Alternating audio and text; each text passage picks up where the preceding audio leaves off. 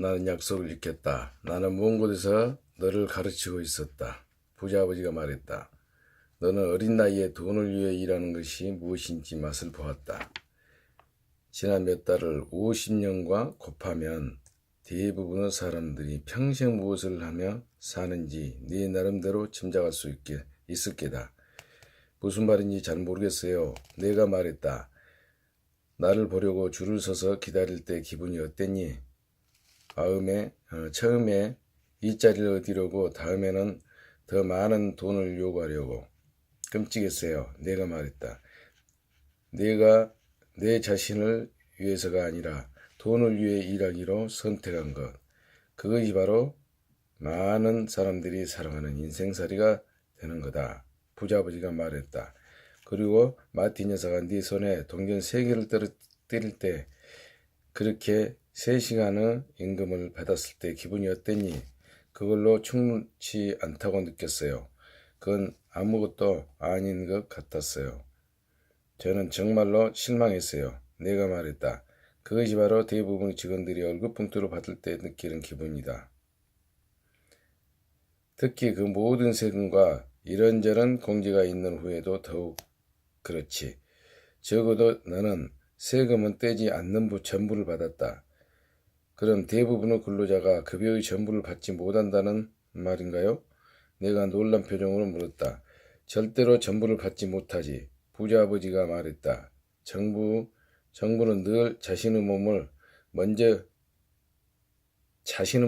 먼저 가져가기 때문이지. 어떻게 그럴 수가 있죠? 내가 물었다. 세금 때문이지. 부자아버지가 말했다. 돈을 벌 때도 세금을 떼고, 돈을 쓸 때도 세금을 내고, 저축할 때도 세금을 내고, 죽을 때도 세금을 내지. 그럼 왜 정부가 그렇게 하도록 내버려두나요? 부자들은 그렇지 않아. 부자아버지는 미소를 지으며 말했다. 가난한 사람들과 중산층 사람들은 정부가 하는 대로 그대로 하지. 나는 너희 아버지보다 더 많이 번다. 하지만 세금은 더 적게 낸단다. 어떻게 그럴 수가 있죠? 내가 물었다. 9살 난 소년에게 그것은 이치에 맞지 않았다.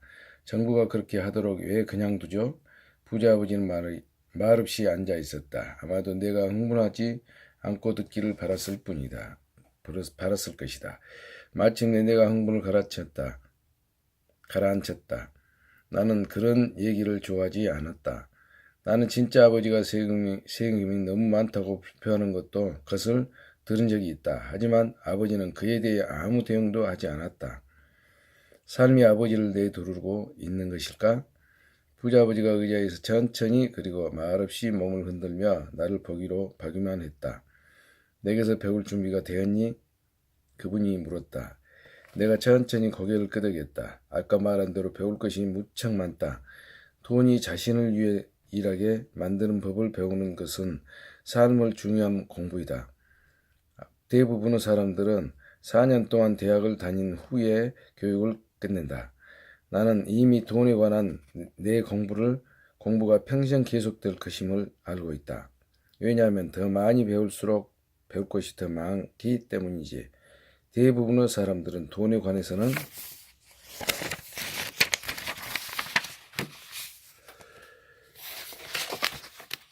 공부하지 않는다. 그들은 일터에 가고 월급 받고 수지를 맞추고 그뿐이다.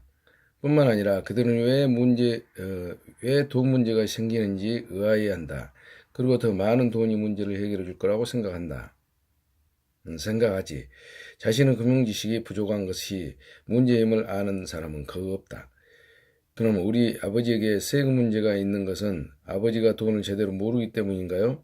내가 혼란스러운 표정으로 물었다. 로버트, 부자아버지가 말했다. 세금은 돈이 자신을 위해 일하게 만드는 법을 배우는 작은 부분에 불과하다. 나는 오늘 네가 돈에 대해 배우겠다고 하는 그 열정을 아직도 갖고 있는지 그것만 알고 싶었다. 대부분의 사람들은 그렇지 못하거든. 그들은 학교에 가서 전문 지식을 쌓고 직장에서 재밌게 일하고 많은 돈을 벌고 싶어 한다. 그러다가 어느 날 일어나 보면 심각한 돈 문제가 있고 그러면 그때는 정말 일을 그만둘 수가 없다. 이것은 돈이 자신을 위해 일을 하게 만드는 법을 배우지 못하고 자신이 돈을 위해 일하는 법만 아는데 따르는 대가이다. 너에게 아직도 배우겠다는 열정이 있니? 부자 아버지가 물었다. 내가 고개를 끄덕였다. 그래, 좋다. 부자 아버지가 말했다. 이제 다시 일을 하러 가거라. 하지만 이번에는 아무것도 주지 않겠다. 뭐라고요? 내가 깜짝 놀라며 물었다. 내가 얘기하지 않았니? 나는 아무것도 주지 않겠다. 너는 앞으로도 토요일마다 3시간씩 일하게 된다. 하지만 이번에는 1시간에 10센트를 받지 못한다. 너는 돈이 너를 위해 일하게 만드는 법을 배우고 싶다고 말했지. 그래서 나는 아무것도 주지 않을 것이다. 않을 생각이다. 나는 그분이 하는 말을 믿을 수가 없었다. 마이크에게도 똑같은 얘기를 했다. 마이크는 벌써 일을 하고 있었다. 돈 한 푼 받지 않고 통금 먼지를 털고 선반 정돈을 하고 있다. 너도 서둘러서 가게로 돌아가야지. 그건 불공평해요. 내가 소리쳤다. 보수를 주셔야만 해요. 나는 너에게 배우고 싶다는 얘기했지. 너는 나에게 배우고 싶다고 얘기했지. 지금 이것을 배우지 않으면 나중에 커서 아까 거실에 앉아있던 두 여자와 더 나이 많은 그 남자처럼 될 거다. 돈을 위해 일하면서 내가 너를 해고하지 않기만을 바랄 거다. 혹은 네 아버지처럼 돈은 많이 벌면서 빚만 잔뜩 지고 더 많은 돈이 문제를 해결할 거라고 기대할 거다. 네가 원하는 것이 그것이라면 나는 원래의 약속대로 1시간에 10센트를 주겠다. 혹은 너는 대부분의 사람들이 커서 하는 일을 할 수도 있다. 보수가 충분치 않다고 불평하면서 그만두고 다른 일자리를 찾는 거지. 하지만 내가 무엇을 해야 하나요? 내가 물었다. 부자 아버지는 내 머리를 가볍게 쓰다듬었다. 이것을 사용해라. 그분이 얘기했다. 이걸 잘 쓰면 내가 준 기회를 고맙게 생각하게 될 거다. 그리고 나중에 부자도 되고. 나는 아직 그런 제안에 의안이 벙벙한 채 그곳에 서 있었다. 내가 그곳에 간 것은 임금 인상을 위해서였는데 이제는 오히려 무보수로 일을 할 처지가 되었다. 부자 아버지가 다시 내 머리를 가볍게 쓰다듬으며 얘기했다. 이것을 사용해라. 이제 이곳에서 나가 다시 네 일터로 가거라.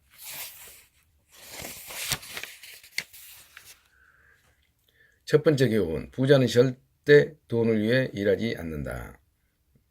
나는 가난한 아버지에게 내가 무보수로 일한다는 것을 알리지 않았다. 그런 상황을 가난한 아버지는 이해하지 못하실 것이고 나는 나 자신도 제대로 이해하지 못하는 것을 아버지에게 설명하고 싶지 않았다. 마이크와 나는 다시 3주 동안 토요일마다 3시간씩 무보수로 일했다. 일은 힘들지 않았고 점점 더 쉬워졌다. 다만 야구 경기를 놓치고 만화책을 살 수 없다는 것이 마음에 걸렸다. 부자 아버지는 셋째 주 정오경에 가게에 들렸다. 그분의 트럭이 주차장에 들어오면서 엔진 꺼지는 소리가 들렸다. 부자 아버지는 가게로 들어와서 마틴 여사를 포옹으로 인사했다. 가게에서 돌아가는 일을 확인한 후에 부자 아버지는 냉장고에서 아이스크림 2개를 꺼냈다. 그리고 마이크와 나에게 손짓했다. 잠시 산책이나 할까? 부자 아버지가 말했다. 우리는 길을 건너 자동차 몇 대를 피한 후에 넓은 풀밭을 걸어갔다. 그곳에서 몇몇 어른들이 소프트볼을 하고 있었다. 부자 아버지는 멀리 떨어진 피크닉 테이블에 앉은 후 마이크와 나에게 아이스크림을 주었다.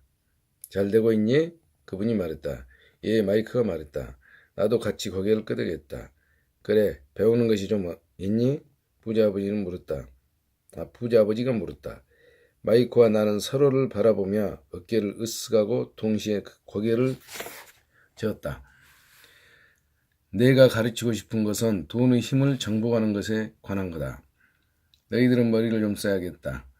너희는 지금 삶의 중요한 교훈 하나를 보고 있다. 그 교훈을 배우면 자유롭고 안정적인 삶을 즐길 수 있고, 만약 그것을 배우지 못하면 마틴 여사나 이 공원에서 소프트볼을 하고 있는 대부분 사람들과 비슷한 처지가 될 거다. 그들은 하찮은 돈을 위해 정말 열심히 일하고 안정적인 직업에 대한 환상에 매달리고 매년 3주간의 휴가를 기다리고 45년 동안 일한 후에 대수롭지 않은 연금을 기대한다. 그런 것이 좋다면 1시간에 25센트로 올려주겠다. 하지만 저분들은 열심히 일하는 착한 분들이에요. 그런데 아저씨는 지금 그분들을 놀리시는 건가요? 내가 다그쳤다. 부자아버지의 얼굴에 미소가 나타났다. 마틴 여사는 내게 어머니 같은 분이다. 그런데 내가 어떻게 잔인할 수 있겠니? 내 말이 잔인하게 들리는 것은 너희들에게 무언가를 알려주려고 예를 쓰기 때문일 게다. 나는 너희가 관점을 바꿔서 무언가를 볼 수 있게 해주고 싶다. 대부분의 사람들은 시야가 너무 좁기 때문에 그것을 보지 못한다. 또 그들은 자신들을 올가매는 함정을 보지 못한다. 마이크와 나는 그 말을 이해하지 못한 채 그곳에 앉아 있었다. 부자아버지의 그 말은 잔인하게 들렸지만 그분은 우리에게 뭔가를 알리려고 애를 쓰고 있었다. 부자아버지는 미소를 지으며 계속 얘기했다. 1시간에 25센트가 마음에 들지 않니? 그 말을 듣고 흥분돼서 가슴이 좀 더 빨리 뛰지 않니? 나는 아니라는 뜻으로 고개를 저었다. 하지만 실제로는 그랬다. 1시간에 25센트는 나에게 큰 돈이었다. 좋아, 그러면 1시간에 1달러를 주겠다. 부자아버지가 얄궂은 미소를 띠며 얘기했다. 이제는 내 가슴이 빠르게 뛰기 시작했다. 내 머리가 이렇게 소리치고 있었다. 받아들여. 나는 부자아버지의 제안을 믿을 수가 없었다. 그럼에도 나는 아무 말도 하지 않았다. 좋아, 그러면 1시간에 2달러를 주겠다.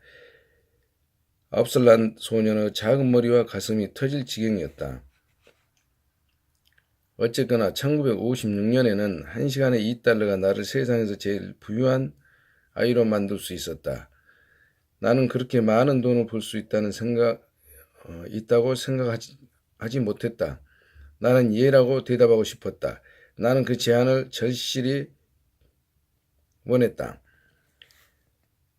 새 자전거와 새 야구 글러브가 보였다. 내가 현금을 자랑할 때 친구들이 부러운 눈으로 쳐다볼 것이다. 뿐만 아니라 그렇게 되면 지미와 그 친구들이 나를 가난한 아이라고 놀리지 못할 것이다. 하지만 나는 왠지 입을 열지 못했다. 어쩌면 내 머리가 과열이 되어 고장이 났는지도 모른다. 하지만 나는 마음 깊은 곳에서 1시간에 2달러를 간절히 원했다. 아이스크림이 녹아서 밑으로 떨어지고 있었다. 땅바닥에 떨어진 아이스크림을 개미들이 핥고 있었다. 아버지는 자기를 쳐다보는 두 아이를 바라보았다.